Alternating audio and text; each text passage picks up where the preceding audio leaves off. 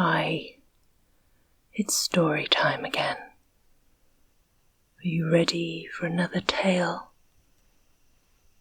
Wonderful. Well, if you settle down, close your eyes and listen, and I will read for you the story of Wali Dad the Simple-Hearted. Once upon a time there lived a poor old man whose name was Wali Dad Gunjay, or Wali Dad the Bold. He had no relations, but lived all by himself in a little mud hut some distance from any town, and made his living by cutting grass in the jungle and selling it as fodder for horses.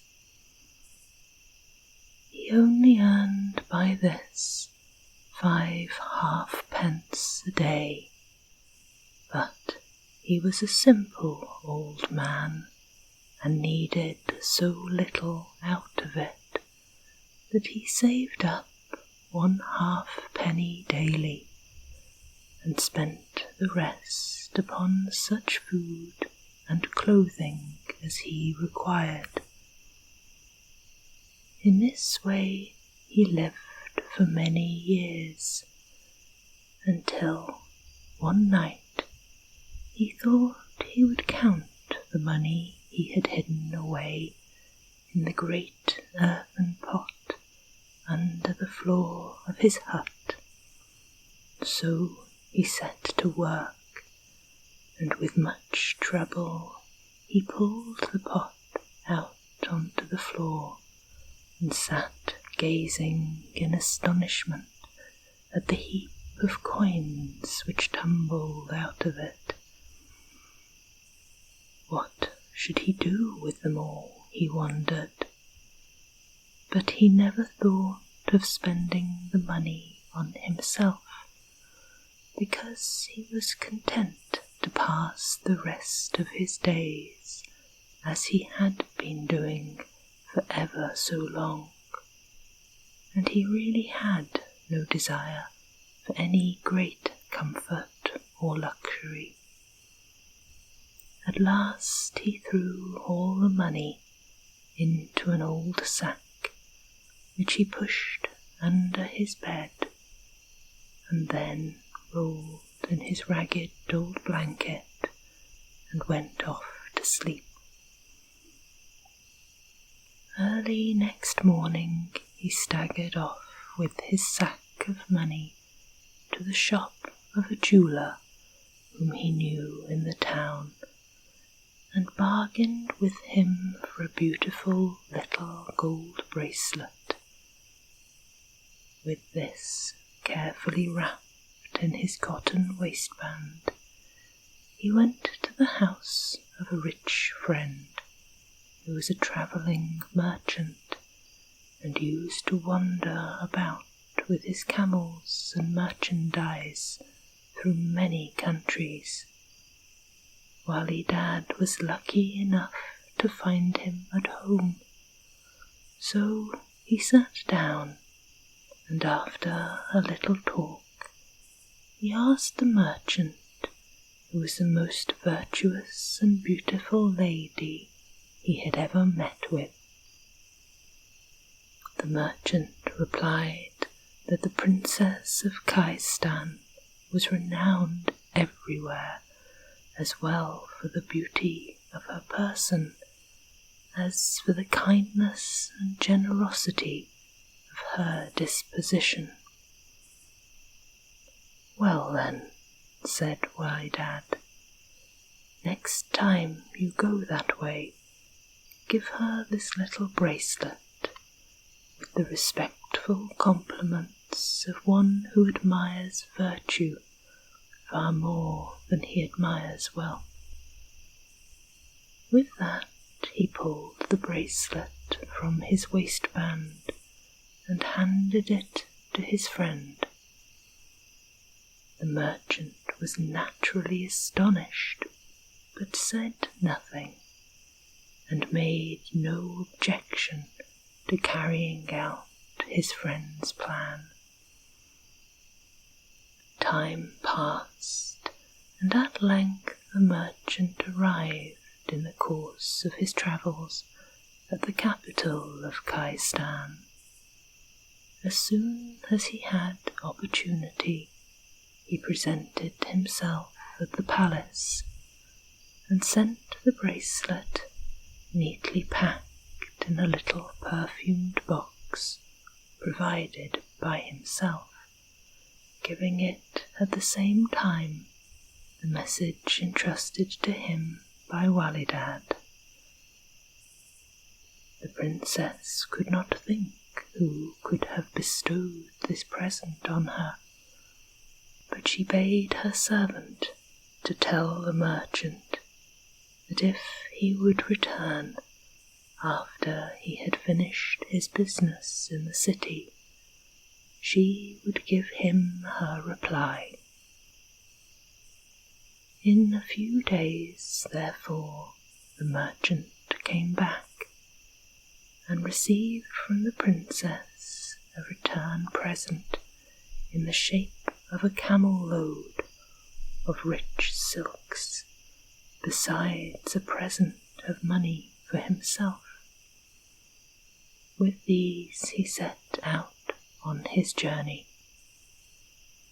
Some months later he got home again from his journeyings and proceeded to take Wali the princess's present. Great was the perplexity of this good man to find a camel-load of silks tumbled at his door. What was he to do with these costly things? But presently, after much thought, he begged the merchant to consider whether he did not know of some young prince to whom such treasures might be useful. "Of course," cried the merchant, greatly amused. "From Delhi to Baghdad, and from Constantinople to Lucknow, I know them all, and there lives none worthier than the gallant and wealthy young prince of Nekabad." "Very well then, take the silks to him, with the blessing of an old man," said Wali, much relieved to be rid of them. So the next time the merchant journeyed that way, he carried the silks with him, and in due course arrived at Nekabad and sought an audience with the prince. When he was shown into his presence, he produced the beautiful gift of silks that Wali had sent, and begged the young man to accept them as a humble tribute to his worth and greatness. The prince was much touched by the generosity of the giver, and ordered as a return present 12 of the finest breed of horses for which his country was famous, to be delivered over to the merchant, whom also, before he took his leave, he gave a munificent reward for his services. As before, the merchant at last arrived home, and next day he set out for Wali house with the 12 horses. When the old man saw them coming in the distance, he said to himself, "Here's luck, a troop of horses coming.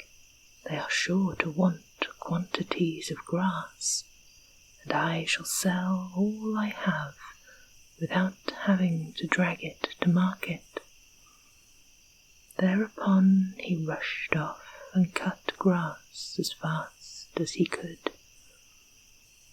When he got back with as much grass as he could possibly carry, he was greatly discomfited to find that the horses were all for himself. At first he could not think what to do with them, but after a little a brilliant idea struck him. He gave two to the merchant and begged him to take the rest to the princess at Pakistan, who was clearly the fittest person to possess such beautiful animals. The merchant departed laughing, but true to his old friend's request, he took the horses with him on his next journey, and eventually presented them safely to the princess. This time the princess sent for the merchant and questioned him about the giver. Now the merchant was usually a most honest man, but he did not quite like to describe Wali Dad in his true light as an old man whose income was 5 halfpence a day, and who had hardly clothes to cover him. So he told her that his friend had heard stories of her beauty and goodness, and had longed to lay the best he had at her feet. The princess then took her father into her confidence, and begged him to advise her what courtesy she might return to one who persisted in making her such presents. "Well," said the king, "you cannot refuse them, so the best thing you can do is to send this unknown friend at once a present so magnificent that he is not likely to be able to send you anything better, and so will be ashamed to send anything at all." Then he ordered that, in place of each of the 10 horses, 2 mules laden with silver should be returned by her. Thus, in a few hours, the merchant found himself in charge of a splendid caravan, and he had to hire a number of armed men to defend it on the road against the robbers, and he was glad indeed to find himself back again at Wali Dad's hut. "Well now," cried Wali Dad, as he viewed all the wealth laid at his door, "I can well repay that kind prince for his magnificent present of horses, but to be sure you have been put to great expenses. Still, if you will accept 6 mules and their load, and will take the rest straight to Nekabad, I shall thank you heartily." The merchant felt handsomely repaid for his trouble, and wondered greatly how the matter would turn out. So he made no difficulty about it, and as soon as he could get things ready, he set out for Nekabad with this new and princely gift. This time the prince too was embarrassed, and questioned the merchant closely. The merchant felt that his credit was at stake, and while inwardly determining that he would not carry the joke any further, could not help describing Wali Dad in such glowing terms that the old man would never have known himself had he heard them. The prince, like the king of Pakistan, determined that he would send in return a gift that would be truly royal, and which would perhaps prevent the unknown giver sending him anything more.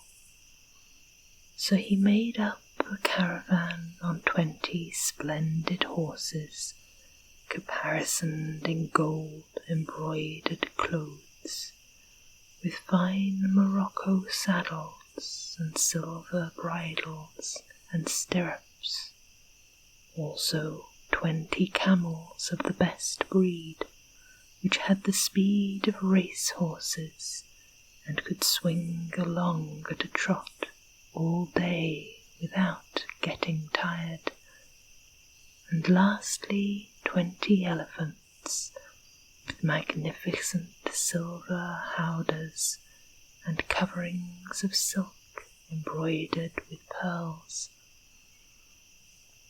To take care of these animals, the merchant hired a little army of men, and the troop made a great show as they travelled along.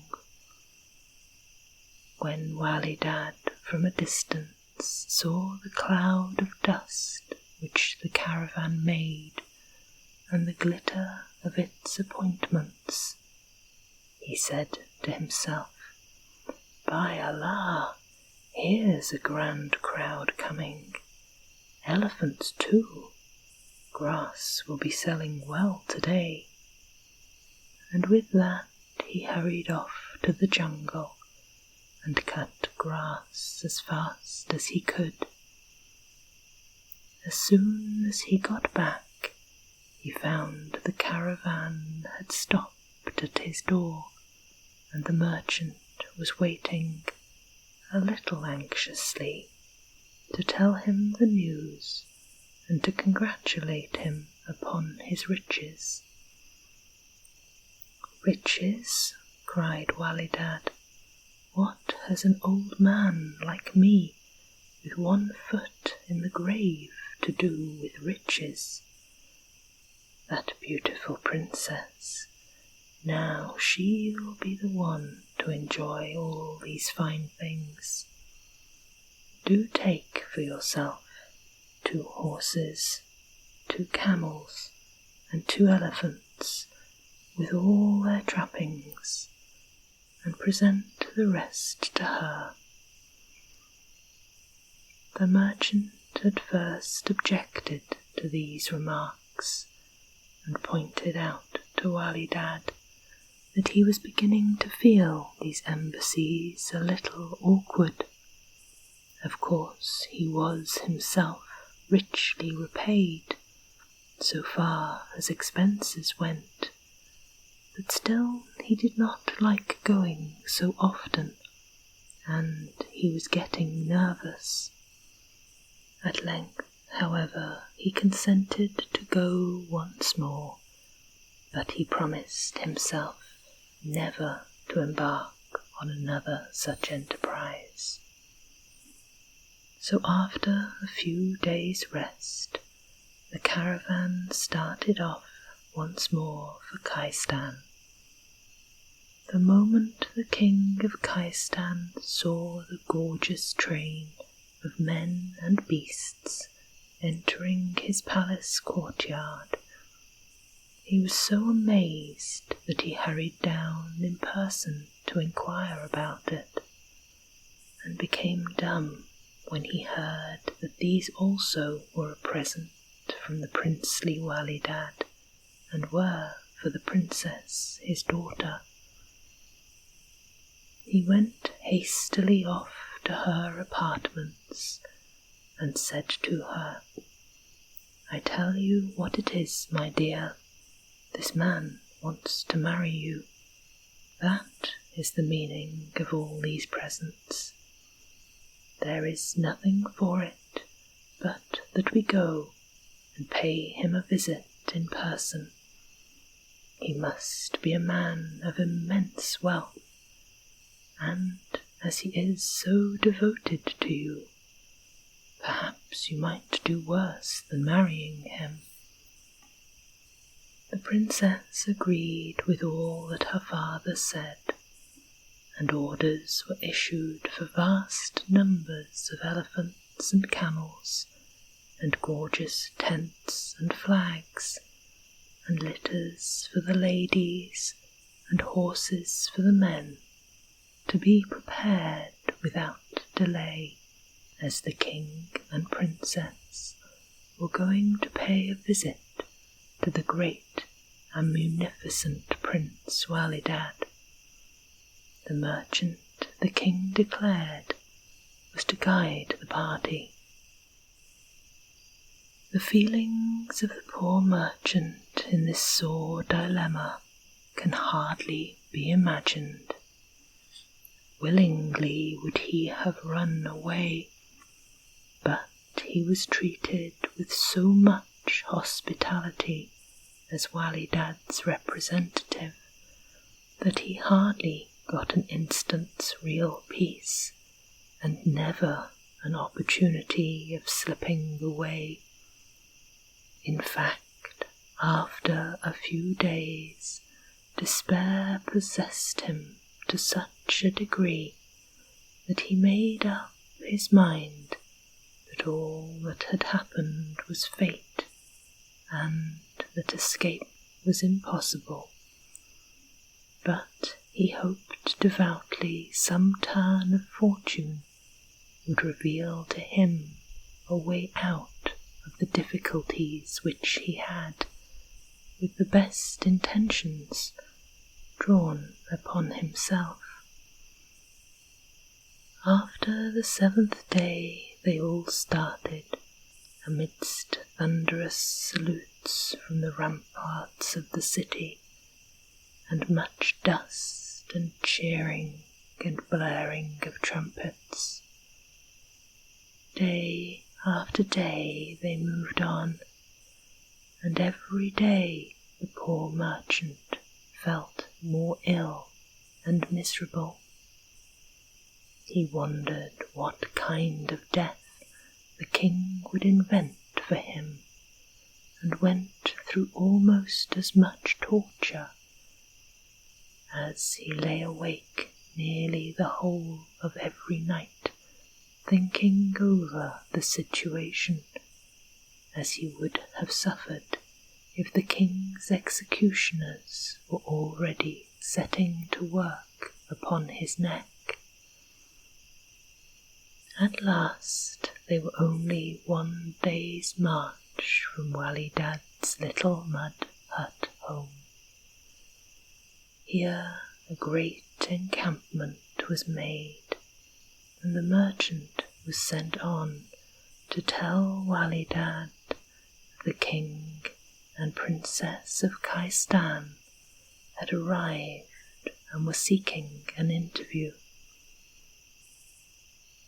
When the merchant arrived, he found the poor old man eating his evening meal of onions and dried bread, and when he told him of all that had happened, he had not the heart to proceed to load him with the reproaches which rose from his tongue. For Walidad was overwhelmed with grief and shame for himself, for his friend, and for the name and honour of the princess, and he wept and plucked at his beard and groaned most piteously. With tears he begged the merchant to detain them for one day by any kind of excuse he could think of, and to come in the morning to discuss what they should do. As soon as the merchant was gone, Walidad made up his mind that there was only one honourable way out of the shame and distress that he had created by his foolishness, and that was to kill himself. So without stopping to ask anyone's advice, he went off in the middle of the night to a place where the river wound along at the base of a steep rocky cliff of great height, and determined to throw himself down and put an end to his life. When he got to the place, he drew back a few paces, took a little run, and at the very edge of that dreadful black gulf, he stopped short. He could not do it. From below, unseen in the blackness of the deep night shadows, the water roared and boiled round the jagged rocks. He could picture the place as he knew it, only 10 times more pitiless and forbidding in the visionless darkness. The wind blew through the gorge with fearsome sighs and rustlings and whisperings, and the bushes and grasses that grew in the ledges of the cliff seemed to him like living creatures that danced and beckoned, shadowy and indistinct. An owl laughed, hoo-hoo, almost in his face, as he peered over the edge of the gulf, and the old man threw himself back in a perspiration of horror. He was afraid. He drew back, shuddering, and covering his face with his hands, he wept aloud. Presently he was aware of a gentle radiance that shed itself before him. Surely morning was not already coming to hasten and reveal his disgrace.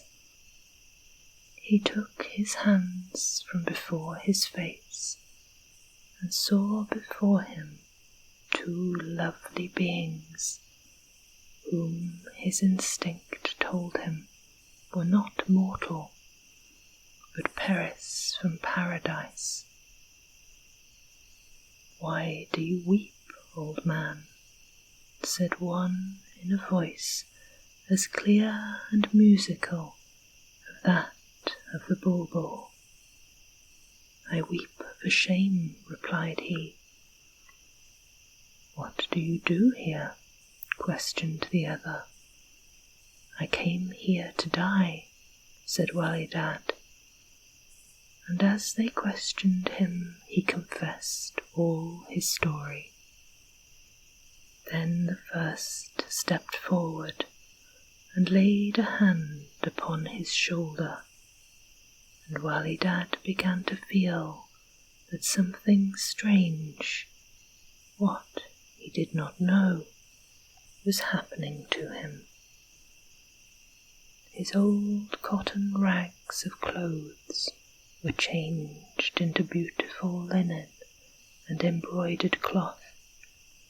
On his hard, bare feet were warm, soft shoes, and on his head a great jewelled turban. Around his neck there lay a heavy golden chain, and the little old bent sickle which he cut grass with, and which hung in his waistband, was turned into a gorgeous scimitar whose ivory hilt gleamed in the pale light like snow in moonlight. As he stood wondering like a man in a dream, the other Peri waved her hand and bade him turn and see, and lo, before him a noble gateway stood open, and up an avenue of giant place trees the Perrys led him, dumb with amazement. At the end of the avenue, on the very spot where his hut had stood, a gorgeous palace appeared, ablaze with myriads of lights. Its great porticos and verandas were occupied by hurrying servants, and guards paced to and fro and saluted him respectfully as he drew near, along mossy walks and through sweeping grassy lawns where fountains were playing and flowers scented the air. Wali stood stunned and helpless. "Fear not," said one of the Perrys. "Go to your house and learn that Allah rewards the simple-hearted." With these words they both disappeared and left him. He walked on, thinking still that he must be dreaming. Very soon he retired to rest in a splendid room, far grander than anything he had ever dreamed of. When morning dawned, he awoke and found that the palace and himself and his servants were all real, and that he was not dreaming after all. If he was dumbfounded, the merchant who was ushered into his presence soon after sunrise was much more so. He told Wali that he had not slept all night, and by the first streak of daylight had started to seek out his friend. And what a search he had had! A great stretch of wild jungle country had, in the night, been changed into parks and gardens, and if it had not been for some of Wali new servants, who found him and brought him to the palace, he would have fled away under the impression that his trouble had sent him crazy, and that all he saw was only imagination. Then Wali told the merchant of all that had happened. By his advice, he sent an invitation to the king and princess of Pakistan to come and be his guests, together with all their retinue and servants, down to the very humblest in the camp. For 3 nights and days a great feast was held in honour of the royal guests. Every evening the king and his nobles were served on golden plates and from golden cups, and the smaller people on silver plates and from silver cups. And each evening each guest was requested to keep the plates and cups that they had used as a remembrance of the occasion. Never had anything so splendid been seen. Besides the great dinners, there were sports and hunting and dances and amusements of all sorts. On the 4th day, the king of Pakistan took his host aside and asked him whether it was true, as he had suspected, that he wished to marry his daughter.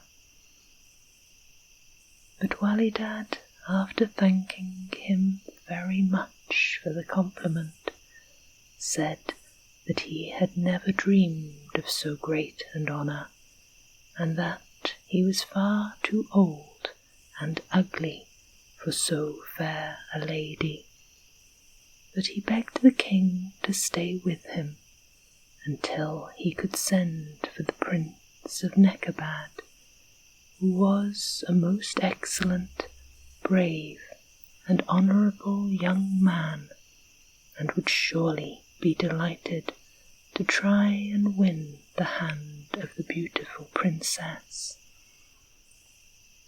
To this the king agreed, and Wali sent the merchant to Nekabad with a number of attendants, and with such handsome presents that the prince came at once, fell head over ears in love with the princess, and married her at Wali palace amid fresh outbursts of rejoicing. And now the king of Kaistan and the prince and princess of Nekabad each went back to their own country, and Wali lived to a good old age, befriending all who were in trouble and preserving in his prosperity the simple-hearted and generous nature he had when he was only Wali Gunjay, the grass cutter. Peaceful slumbers. Sleep sweet,